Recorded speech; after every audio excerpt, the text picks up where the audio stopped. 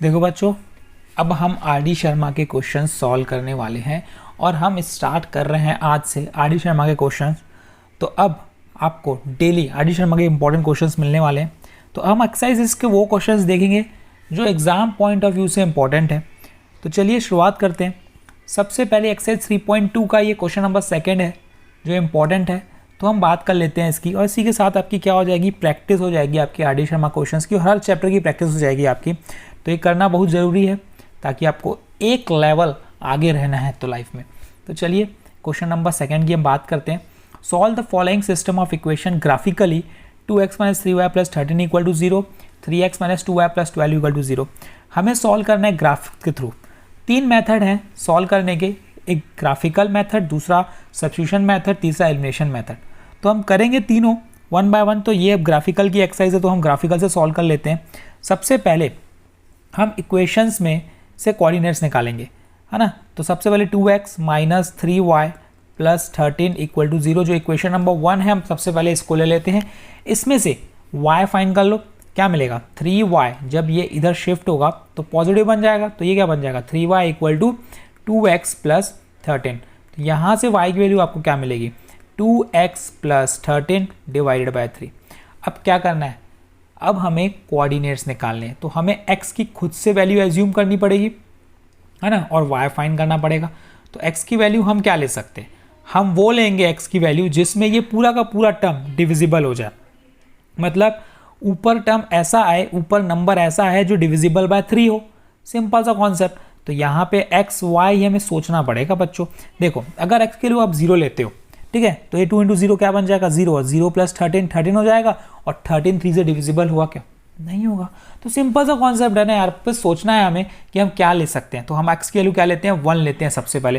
तो ये क्या बन जाएगा 2 × 1 2, 2 + 13 15, और 15 3 से डिविजिबल होता है बच्चों, ठीक है। तो सबसे पहले हम क्या लेंगे x = 1, तो हमारा y क्या आ जाएगा, ये आ जाएगा 2 × 1 + 13 / 3, मतलब 15/3, 3 1 टाइम 3 5 टाइम। तो x की वैल्यू 1 पे y कितना आ गया 5 आ गया, कोई दिक्कत नहीं। चलिए आगे बढ़ते हैं। अब x की वैल्यू क्या ले, आप अपने मर्जी से 3 वैल्यू ले सकते हो, 2 वैल्यू ले सकते हो, 4 वैल्यू ले सकते हो, आपके ऊपर है। हम क्या लेंगे, हर एक के 3 वैल्यूज लेंगे, इनफ है।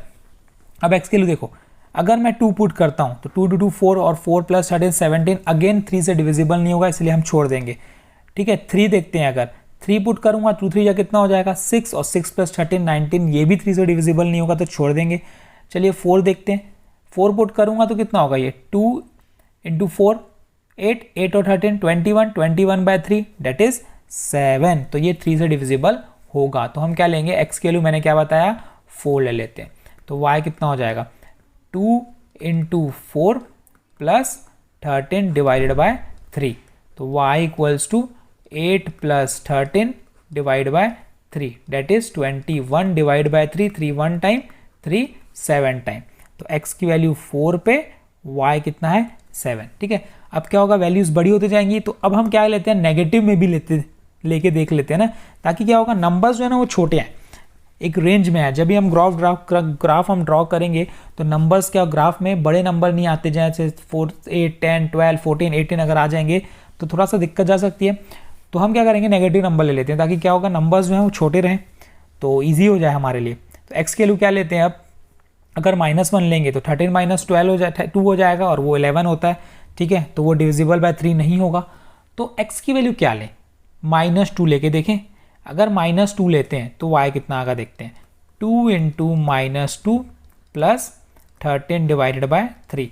तो y की वैल्यू कितनी हो जाएगी, ये -4 + 13 / 3, और ये क्या हो जाएगा 9/3, 3 1 टाइम 3 3 टाइम। तो मतलब -2 पे जो वैल्यू आ रही है वो क्या आ रही है 3 आ रही है। बस 3 वैल्यू लेके छोड़ दो।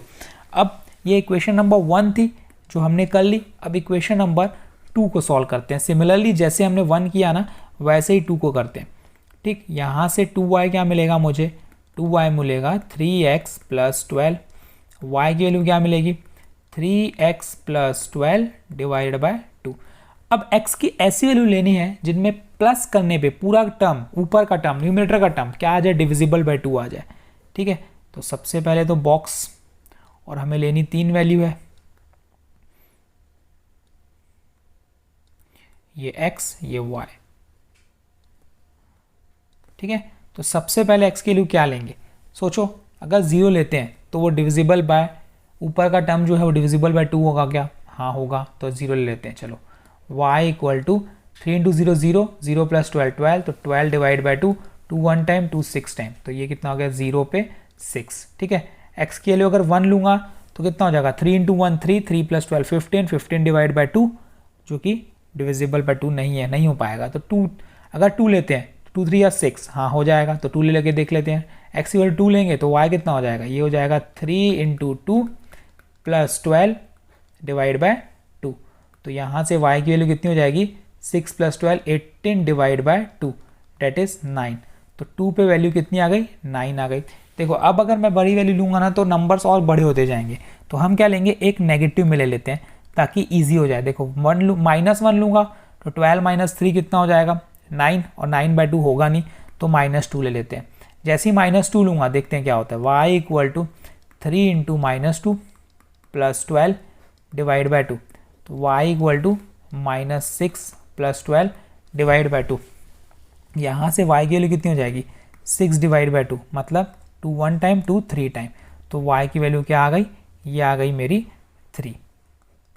ठीक है, मतलब अगर मैं x की वैल्यू -2 लेता हूँ तो y कितना आता है 3 आता है। देखो अब ये ना मुझे दोनों के कोऑर्डिनेट्स मिल गए, अब हम क्या करेंगे प्लॉट करेंगे। तो चलिए प्लॉट करते हैं इक्वेशंस। सबसे पहले इसको नाम दे देते हैं, ये 1 ये 2 ये 3 ये 4 ये 5 ये 6 ये 7 ये 8 ये 9। ठीक, ये क्या हो जाएगा 1 2 3 4 5 6 7 8 9, यहाँ पे भी ले लेते हैं -1 -2 -3 -4 -5 -6, यहाँ पे भी ले लेते हैं हम लोग -1 -2 -3 -4 -5 -6। ठीक है, अब हमें प्लॉट करना है तो 1 बाय 1 प्लॉट करते हैं। जो पहली इक्वेशन थी ये, इसके जो पॉइंट्स हैं वो क्या है 1 5 4 7 -2 3। ठीक है, 1 5 4 7, तो 1 x1 y5 ये हुआ, ये यहाँ तक ले गए। इसको भी हम क्या करते हैं ऊपर तक ले जाते हैं, तो ये पॉइंट मुझे मिल गया 1,5। ठीक है, 4,7, तो ये हो गया ये 7 और ये मेरा 4। हो सकता है हमारा एग्जैक्ट नहीं बने क्योंकि हमने रफली लिया है ग्राफ को। ठीक है, आप मेजरमेंट के साथ लेंगे तो एकदम एग्जैक्ट बनेगा 4 7, और तीसरा मेरा है -2 3, तो x -2 y 3, तो ये x -2 y 3 यहाँ जाएगा, तो ये मिल गया मेरा x -2 y 3। तो अब ये मुझे लाइन दिख रही है, स्ट्रेट लाइन दिख रही है, ये ड्रॉ हुई। ठीक है, ये हम ड्रॉ कर लिए पहली। ठीक है, आगे दूसरी की भी ड्रॉ कर लेते हैं। दूसरी इक्वेशंस के कोऑर्डिनेट्स क्या हैं 0 6 2 9 -2 3, 0 6 x0 पे y6, x0 पे y6 ये आ गया।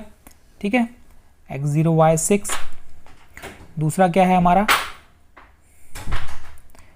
2,9 x2 y9,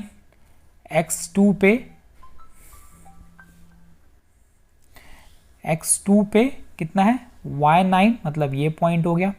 ठीक है, और तीसरा पॉइंट क्या है हमारा, तीसरा पॉइंट है हमारा x -2 y3, तो x -2 और y3 ये पॉइंट है। तो अब इसमें हमें क्या कौन सी लाइन दिख रही है, अभी इसमें हमें दिख रही है ये लाइन, ये स्ट्रेट लाइन हमें दिख रही है। तो अब एक पॉइंट मुझे दिख रहा है जिसमें ये दोनों लाइन इंटरसेक्ट कर रही है, वो है ये x -2 y3। तो जिस पॉइंट पे इंटरसेक्ट करती है दोनों लाइन वही क्या होगी इसके सॉल्यूशंस, तो x इक्वल टू -2 और y इक्वल टू 3, यही क्या रहेगा इसका आंसर रहेगा। देखो इस तरीके से सॉल्व होता है ग्राफिकली, जहाँ इंटरसेक्ट किया मतलब वो इसके क्या हो जाएंगे कोऑर्डिनेट्स हो जाएंगे। ठीक है, तो thank you all the best and keep practising, practice करना मत भूलिए क्योंकि प्रैक्टिस बहुत ज़रूरी है मैथमेटिक्स में।